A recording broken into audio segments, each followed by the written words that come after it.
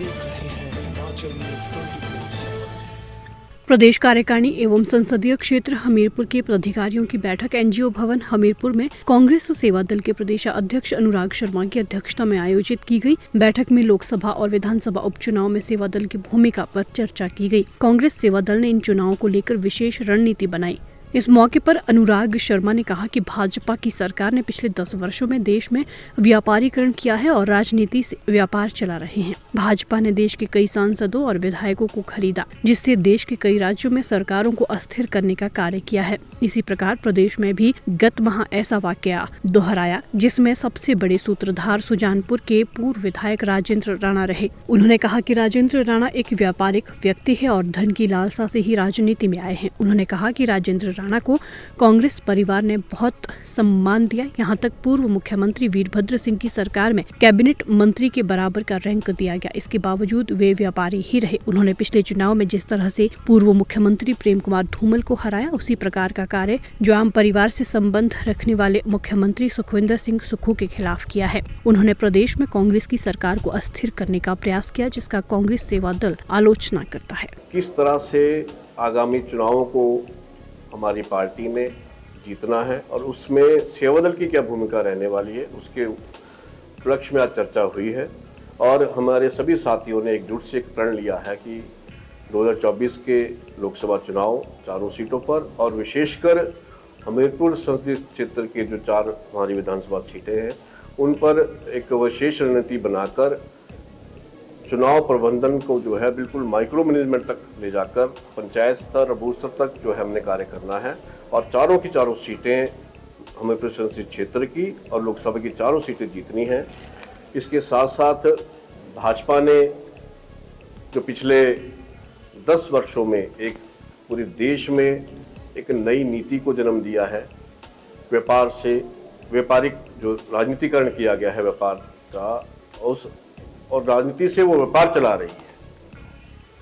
इस संदर्भ में मैं कहना चाहूँगा कि आप देख रहे हैं पूरे देश में किस तरह से विधायक और मेंबर पार्लियामेंट को खरीदा जा रहा है और पिछले 10 वर्षों में कई सरकारों को अस्थिर करने का जो कार्य भाजपा की सरकार ने किया है, केंद्र की सरकार ने किया है, उसी तरह का एक वाकया जो है अभी पिछले फरवरी माह में हिमाचल प्रदेश में भी दोहराया गया। और उस दोहराने के पीछे मैं समझता हूँ कि सबसे बड़े जो सूत्रधार थे वो सुजानपुर के विधायक राणा जी और उनके जो साथी जो हमारे 5 विधायक साथ गए हैं।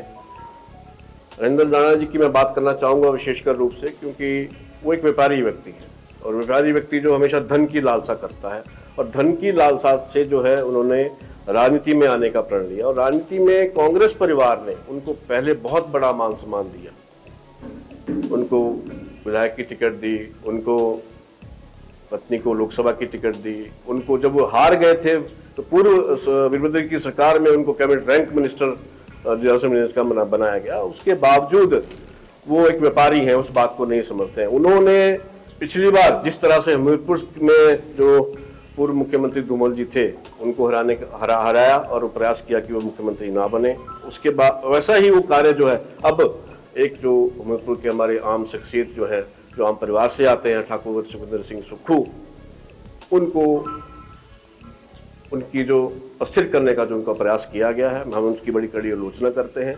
मैं समझता हूँ कि आज इन धन बल ने, इस भाजपा की सोच ने हिमाचल, इन 6 विधायकों ने हिमाचल की हिमाचलियत को बेचा है। हिमाचल की देवभूमि की जो चरित्र है हिमाचल का, उसको पूरे देश और विदेश में शर्मसार कलंक का टीका अगर किसी ने लगाया तो भाजपा की सरकार ने लगाया है। और इस बात का जो मैं समझता हूँ कि जो हिमाचल की जनता है वो कड़ा जवाब देगी। आने वाले जो चुनाव है 1 जून को हम 6 की 6 सीटें जीतेंगे और उसके साथ साथ चारों लोकसभा में जीतेंगे। डॉक्टर सर, आपने बगावत की बात की जिंदा रहना, लेकिन जानकारी दें कि आपके जो पूर्व अध्यक्ष लखन पाटिल, उन्होंने भी पार्टी से बगावत की है। क्या जो पार्टी है वो अनुशासन मानती है या फिर महत्वाकांक्षा? देखिए, मैं समझता हूँ कि जहाँ तक अनुशासन की बात है, जब तक वो सेवा दल में थे, अनुशासित थे। अब ये मेरा मानना है कि महत्वाकांक्षा शायद बड़ी हो गई होगी तो उसके पीछे शायद अनुशासन भी हार गया, ये ऐसा मेरा मानना है। मैं समझता हूँ आने वाले समय में ये सभी पार्टियों को, देखो बीजेपी ने तो देश को अस्थिर कर दिया है। आज सही मायने में आप देखें बीजेपी जो है सबसे बड़ी पार्टी है, बड़ी छोटी पार्टी है जो आंकड़ों को खाना शुरू किया उसने। आज प्रधानमंत्री मोदी जी ने नहीं बताया कि हमारे देश के ऊपर कर्ज कितना है। आज यही नहीं बताया गया कि हमारे देश की हालत क्या है। हमारे हिमाचल न्यूज 24/7 के लिए हमीरपुर से मीनाक्षी सोनी की रिपोर्ट।